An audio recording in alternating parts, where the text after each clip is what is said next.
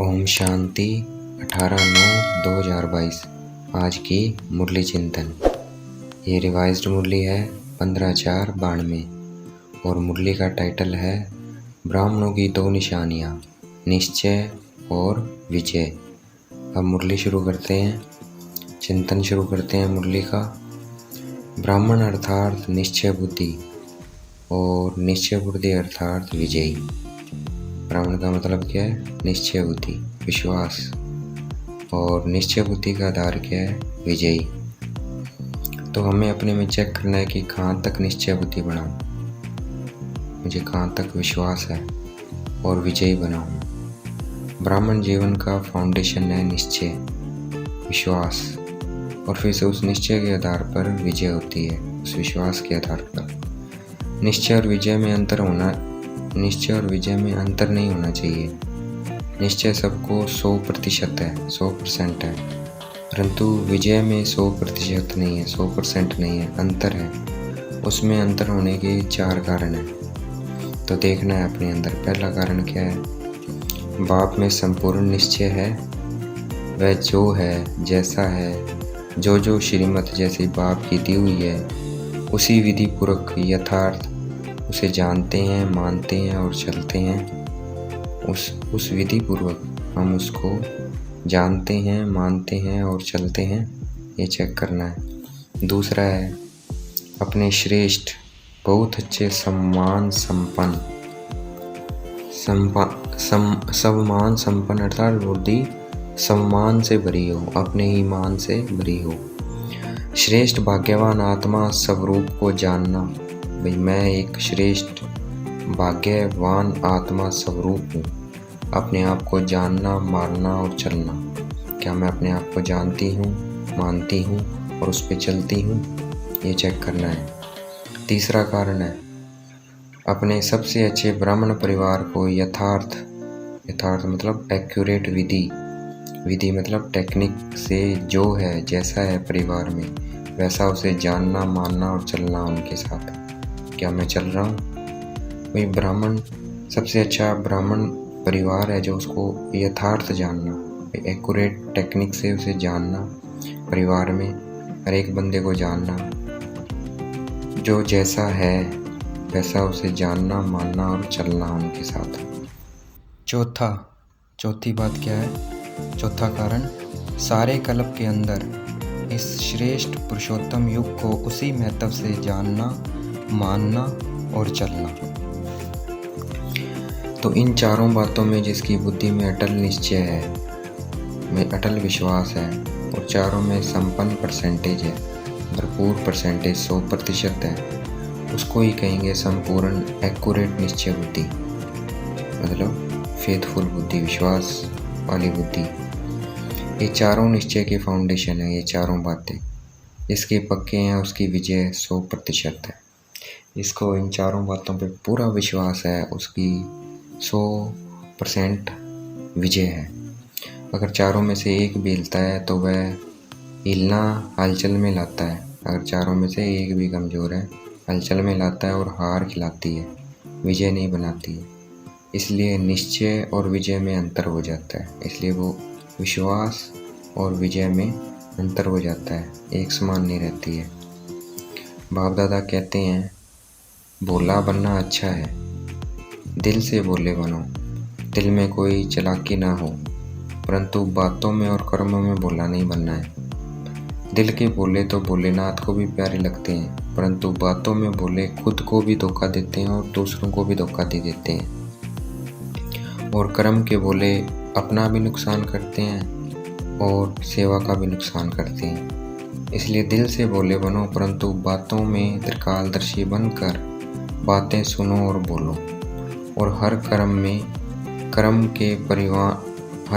क्या करना है? कर्म के परिणाम को नॉलेजफुल होकर जानना, फिर करना है कर्म को। ऐसे नहीं करना, ऐसे नहीं कि होना तो नहीं चाहिए था लेकिन हो गया, बोलना नहीं चाहिए था लेकिन बोल दिया। इससे ये सिद्ध होता है कर्म के परिणाम को ना जानकर भोलेपन में कर्म कर दिया। तो ऐसे अपने को भोला कहकर छुड़ाना नहीं है। ये भोला सबको प्यारा नहीं लगता है, दिल का भोला सबको प्यारा होगा, विजयी होगा वो। अपने में निश्चय कम होने के कारण, अपने में अगर निश्चय कम है तो उसका अपने में कम निश्चय होने कारण क्या होता है, ये कहना, ये कहेंगे क्या, पता नहीं मेरे साथ ही ऐसा क्यों होता है, पता नहीं मेरे भाग्य में ऐसा क्यों है, पता नहीं मुझे बाप की मदद मिलेगी कि नहीं मिलेगी, पता नहीं सफलता मेरी होगी कि नहीं होगी। तो मास्टर सर्वशक्तिमान होते हुए भी इस निश्चय में कमी है कि मैं मास्टर सर्वशक्तिमान हूँ, इसलिए पता नहीं कि गीत गाते हैं।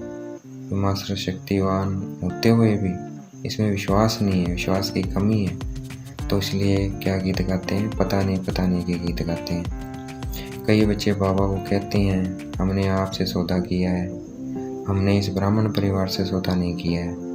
तो बाप दादा उन बच्चों से प्रश्न करते हैं कि आप आत्मा मुक्ति धाम में रहने वाली हो या जीवन मुक्ति धाम में आने वाली हो, कहाँ रहने वाली हो।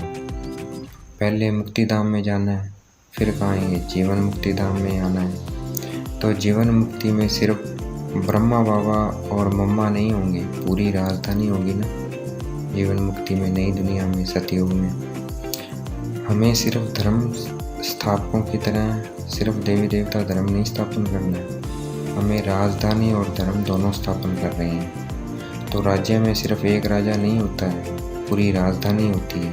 तो हमें राजधानी में आना है, तो राजधानी में आना अर्थात ब्राह्मण परिवार में संतुष्ट रहना और संतुष्ट करना, सबसे अच्छे संबंध में आना।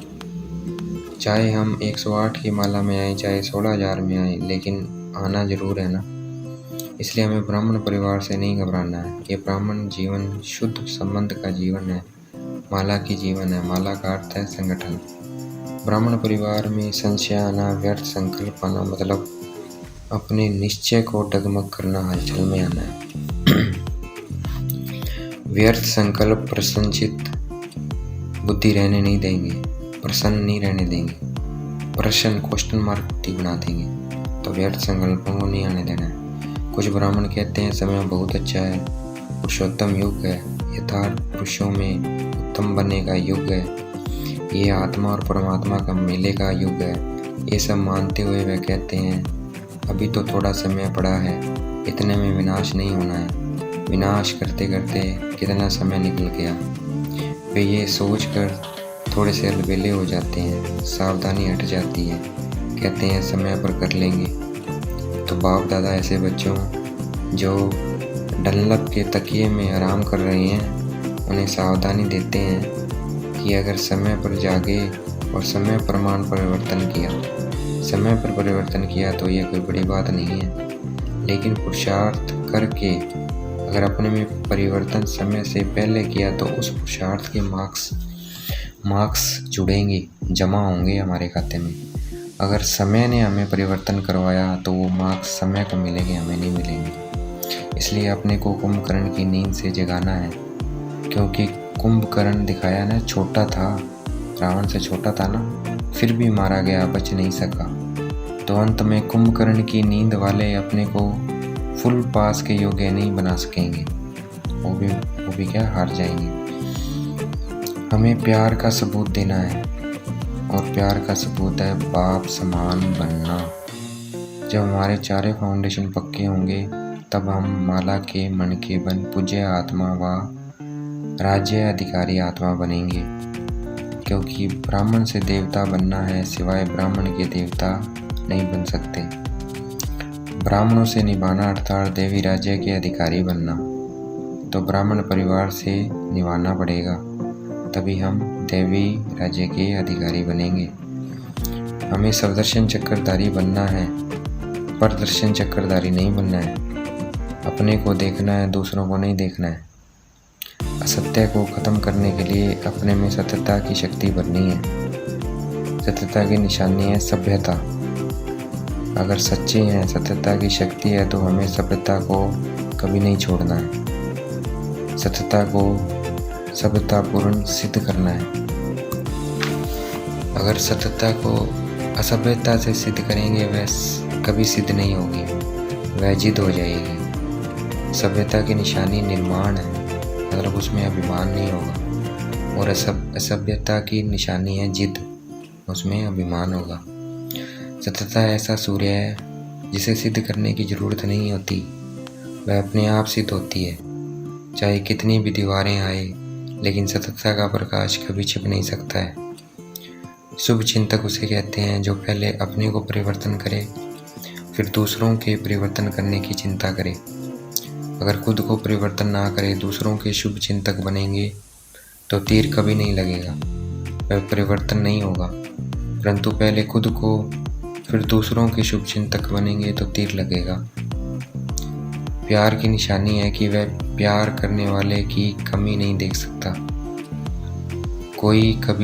कोई कमी सुन नहीं सकता, उसको भी संपन्न बनाएगा।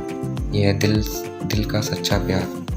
बाप दादा दिल वाला है, इसलिए हर बच्चे को समान और श्रेष्ठ, बहुत अच्छा देखना चाहता है। मेहनत मूर्त नहीं, सफलता मूर्त देखना चाहता है। आज की मुरली का वरदान, नेगेटिव को पॉजिटिव में परिवर्तन करने वाले सब परिवर्तक सो विश्व परिवर्तक भव। भाई नेगेटिव को पॉजिटिव में परिवर्तन करने वाले, अपना परिवर्तक करने वाले सो विश्व का परिवर्तन करने वाले हैं। ठीक है ना। आज की मुरली का स्लोगन, ड्रामा के ज्ञान को स्मृति में रखने वाले ही नथिंग न्यू की विधि से विजय बन सकते हैं। जो ड्रामा के ज्ञान को याद रखते हैं वही क्या है, उन्हें क्या लगेगा, ये कुछ नया नहीं है। इस विधि से वे हमेशा विजयी बन जाएंगे। जो भी परिस्थितियाँ आएंगी वो उसे हारेंगे नहीं, डरेंगे नहीं, कहेंगे ये तो पहले हो चुका है।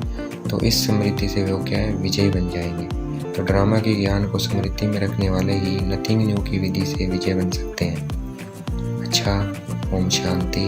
शुक्रिया बेटे बाबा, शुक्रिया।